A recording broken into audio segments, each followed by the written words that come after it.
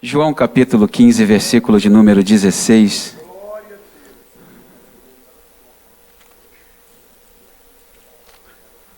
Já está na tela.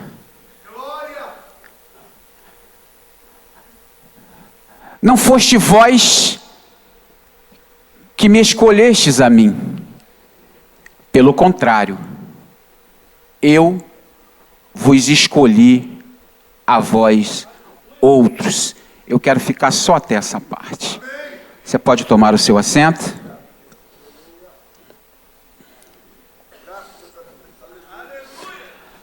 Eu quero nessa noite confessar que desde domingo à noite, ao receber o convite, a incumbência de estar com essa responsabilidade, a minha esposa fala assim: você está muito pilhado, você não para. E desde domingo à noite eu estou muito pilhado, esperando chegar esse momento. E pedindo a Deus uma palavra, pedindo a Deus para sinalizar algo, Deus me mostrou esse versículo para que falemos de um assunto sobre três passagens que eu quero ler com você e você vai entender. Lucas capítulo 15, versículo 29.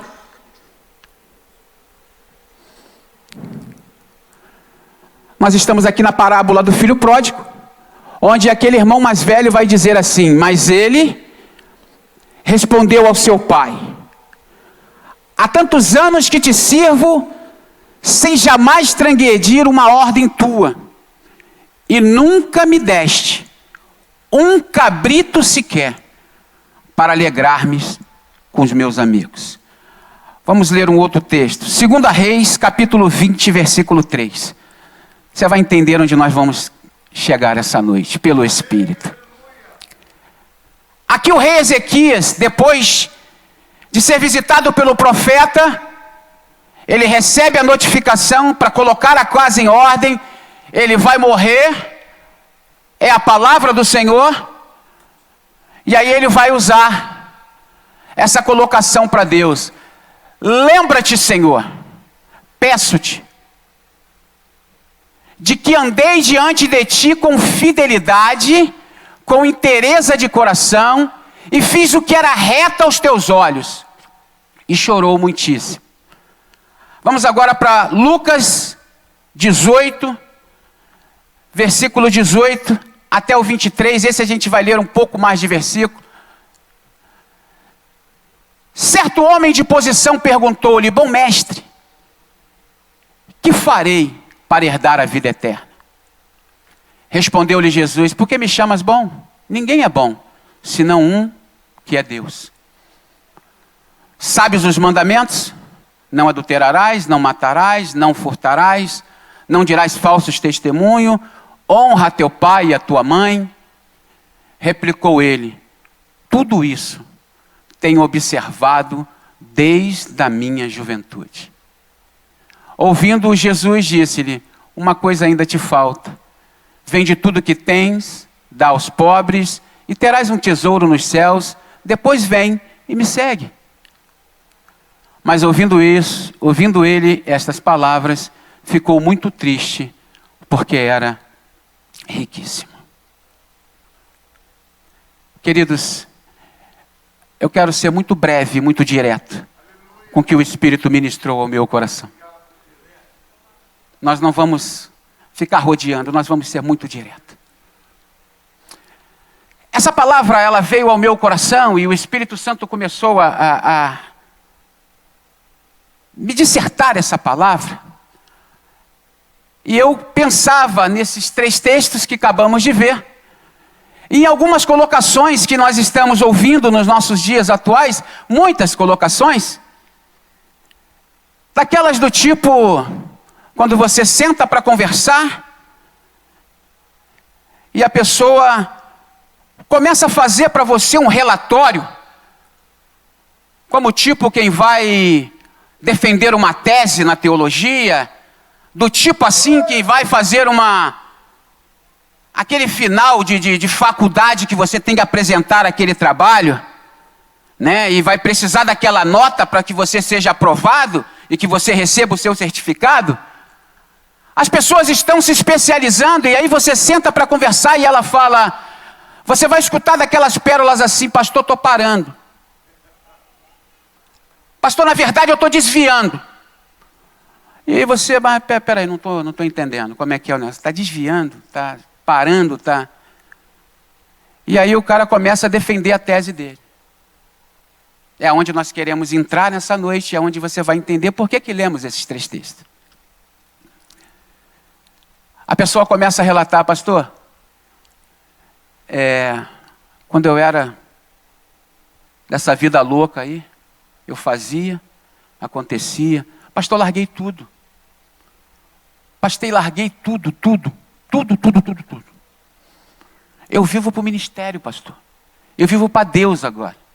A minha vida agora é consagrada a Deus. Pastor, eu já não xingo mais, eu já não me prostituo mais, eu já não falo mais as palavras torpes, eu já não participo das coisas ilícitas que participava. Pastor, eu tenho tanto tempo, e às vezes relata até o tempo de ano que tem na igreja. Pastor, ninguém olha para mim. Pastor, ninguém me reconhece. Pastor, eu me vejo capacitado para fazer isso, e ninguém olha para mim. O que o Espírito ministrou ao meu coração, e é por isso que nós lemos o primeiro versículo que diz, e Deus é muito tremendo na sua palavra quando ele diz, não foste vós que me escolhestes, foi eu que te escolhi.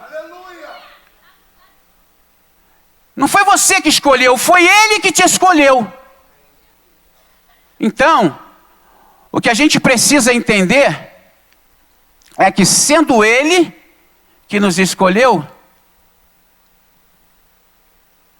nós precisamos nos colocar e nos posicionar no nosso verdadeiro lugar.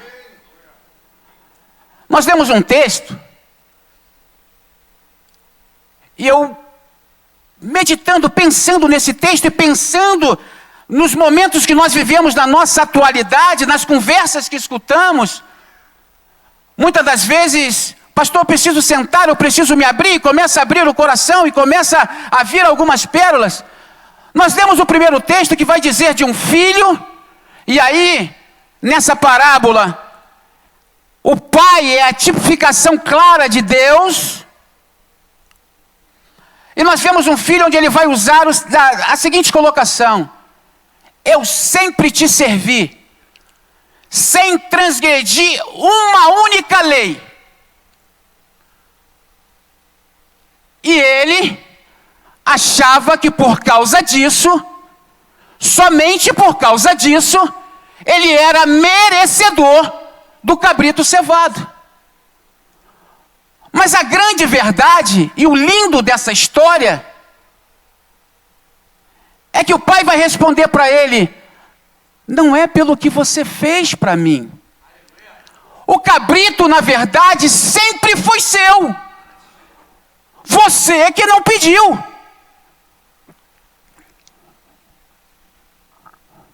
Onde você está querendo chegar, pastor? Vamos um pouquinho além. Aí nós vamos agora para um rei que recebe uma sentença de Deus, coloca a tua casa em ordem, você vai morrer, não tem mais tempo de vida para você. E aí ele vai fazer uma oração. E o cara Parei, fiquei olhando o texto e falei, rapaz, o cara é ousado mesmo. Ele está trazendo à memória de Deus o que ele fez. Deus, lembra aí,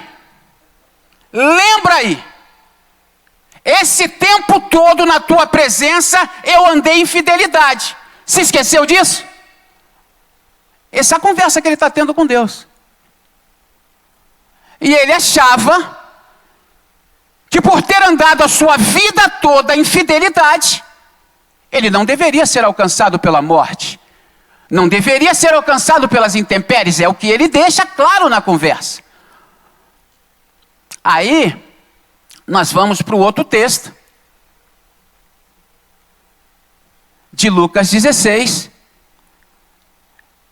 que o jovem vai começar uma conversa com Jesus. Então, eu tive pensando, eu olhando os textos, estudando, e aí eu lembrei de uma colocação que o nosso pastor costuma usar muito, né?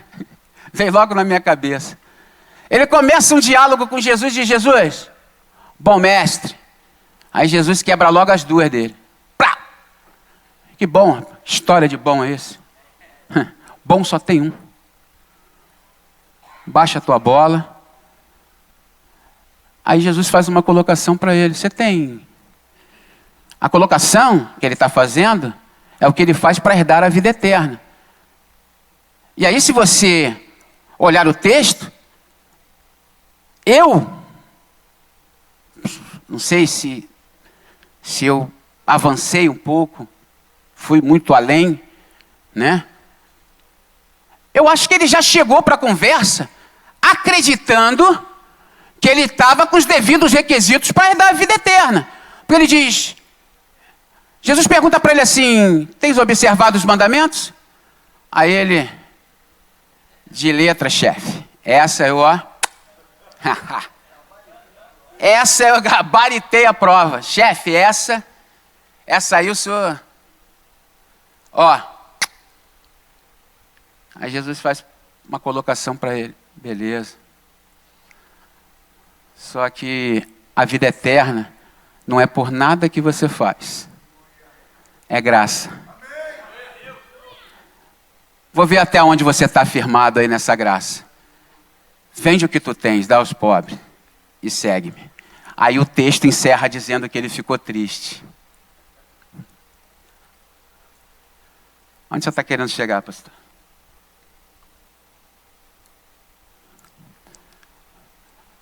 Nós,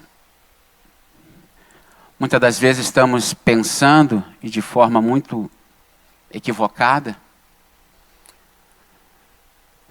de que o que fazemos, de que os nossos procedimentos nos fazem pessoas que vão gabaritar a prova. Vamos zerar a prova. Aí, Deus me levou a meditar, nós não vamos botar na tela, mas um texto de alguém que começa, e eu acho que esse texto é um texto fantástico da Bíblia, 2, onde Deus começa a dar o testemunho do amigo. E ele diz: Satanás viu Jó, meu servo,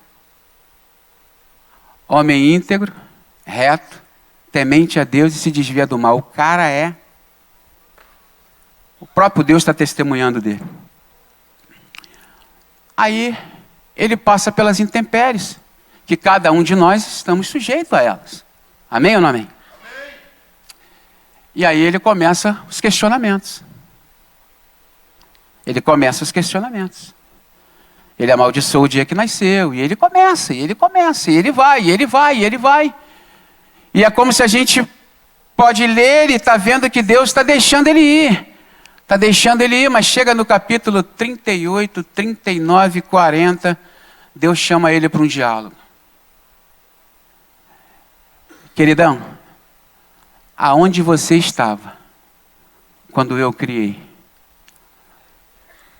Amado, aonde você estava? O que você entende sobre isso? Aonde você estava quando eu criei isso? Onde você estava quando eu fiz isso?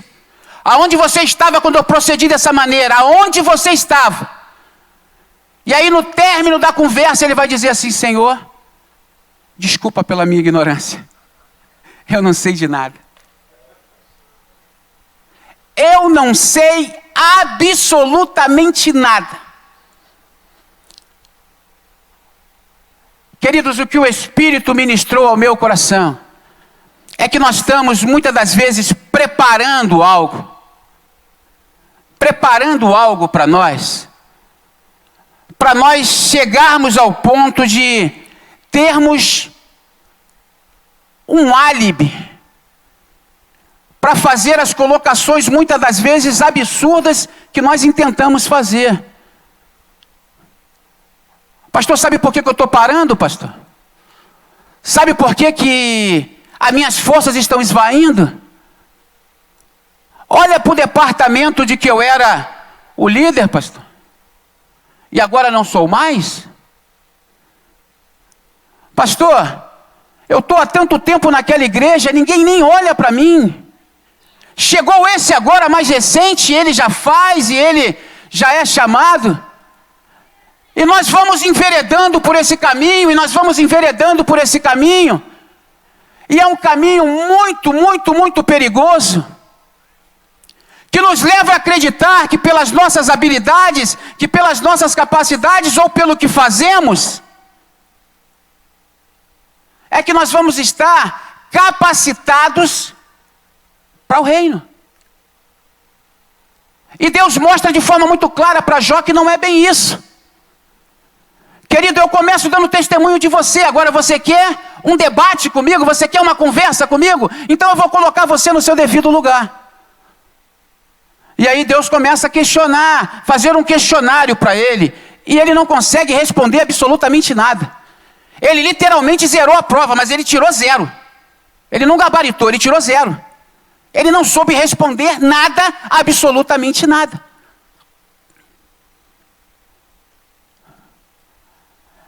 E aí nesse diálogo entre Deus e Jó, Deus me colocou uma pergunta, e é uma pergunta para nós aqui, igreja. Porque talvez, pode estar acontecendo, que você pense que o que você está fazendo, que o que você está produzindo, que o seu tempo de cristianismo esteja habilitando você a ser o cara top. Pastor, eu já não falo mais palavrão. Pastor, eu já não uso mais droga. E aí eu comecei a pensar sobre o que nós escutamos nas nossas conversas, o que Deus fala para mim na sua palavra através desses textos que lemos. E aí Deus me fez uma pergunta. Cláudio, quando você investe no reino, quando você investe em você, quem é que ganha? E aí eu deixo essa pergunta para você. Quem é que ganha? Pastor, eu era um cara todo tortuoso. Eu era bicho solto mesmo. Eu fazia, acontecia. E você deixou de fazer e deixou de acontecer. Quem ganhou? Pastor, eu bebia de A a Z. Você parou de beber. Quem ganhou? Deus não ganhou nada. A colocação que o Espírito me fez quando olhava essa palavra, Deus não ganhou nada. Pastor, sexta-feira era comigo mesmo. Na porta do cemitério, encruzilhada, e eu... Deixou de fazer? Quem ganhou?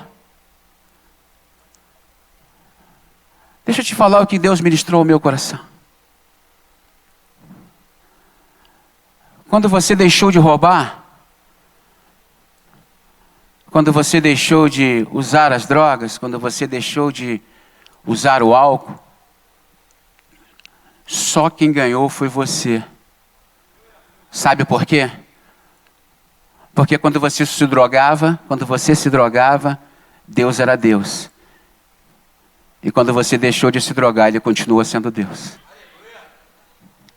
Quando você xingava os teus palavrões e quando você participava daquela rodinha do ilícito, Deus era Deus.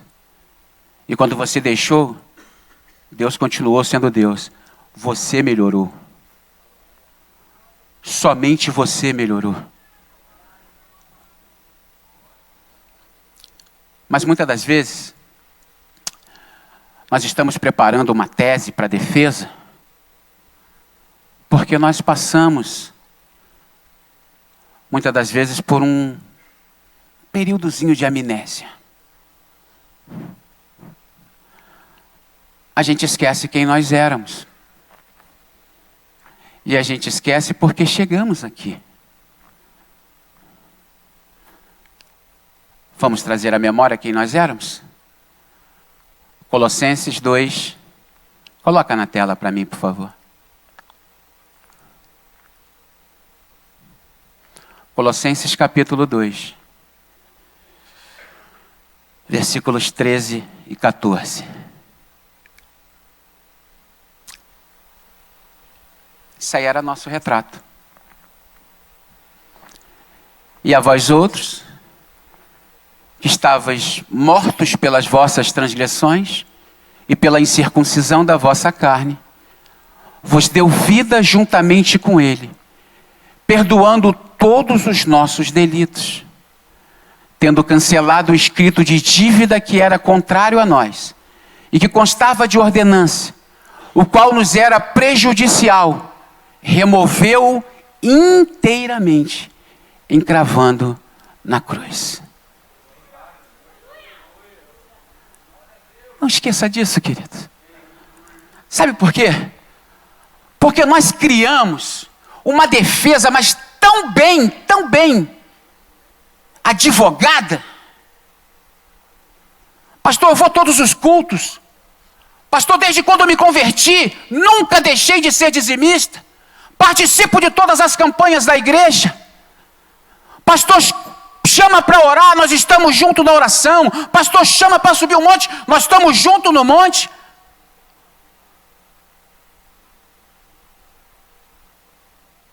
Nós éramos mortos nos nossos delitos e pecados.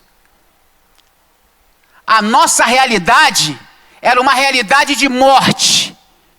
E Deus enviou o seu único, o seu unigênito, o perfeito, para morrer. Sabe para quê? Para poder chegar na cruz do Calvário e arrancar um escrito de dívida que era contra mim e contra você. Essa é a nossa real posição. Então, quando você deixa de fazer alguma coisa, quando você deixa de praticar algo que é mal, você está ganhando. Pastor, eu agora que entrei para a igreja, e isso, abrindo um parênteses, isso serve para mim, né?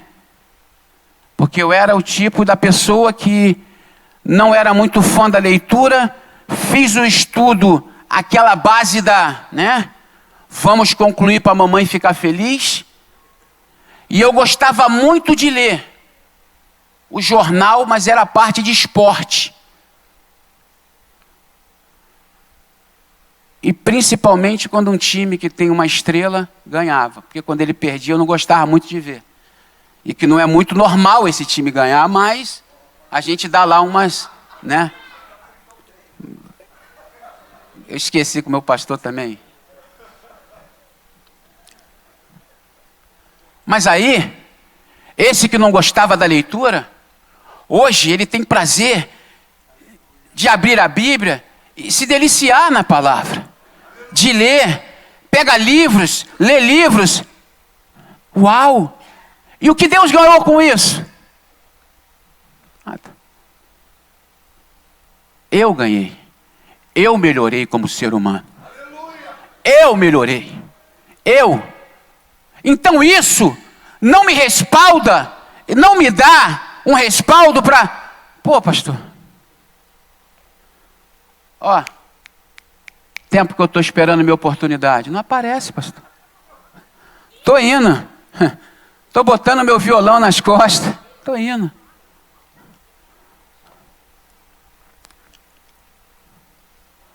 Nós lemos alguns textos. E eu parei e fiquei pensando. Pai, que cara louco, né? Ele passou a vida dele todinha numa fazenda, onde o pai amava, onde o pai tinha vários cabritos cevados, não era um, era vários. E não é que por acreditar que sendo religioso, o camarada se privou a vida toda de comer um cabrito cevado, meu. Coisa doida pensar isso. por ser um religioso, ele se privou de se alimentar de um cabrito cevado, porque ele disse para o pai: pai, eu nunca transgredi uma lei. Eu procurei ser obediente a vida toda. O senhor nunca me deu um cabrito. Aí o pai olha para ele e fala: menino, o cabrito está aqui o tempo todo para você comer, filho. Por que você não falou? Por que você não falou que o seu sonho era comer um cabrito cevado, que eu mandava os funcionários matar, fazer o melhor tempero, e você ia comer até se fartar, meu filho? O pai, ele está aqui essa noite. O pai está aqui essa noite. E essa noite há cabritos cevados. Essa noite há o melhor do pai para você. Mas talvez você tenha passado, você tenha vindo dias, meses, anos, acreditando que por alguém não olhar ou por você não fazer alguma coisa,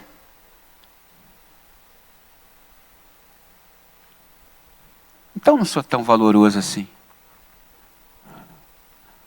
Você sabe por que o pai, quando fez a festa para o outro e ele chegou, por que o pai procurava reconciliá-lo? Você já imaginou por quê? Porque o pai o amava.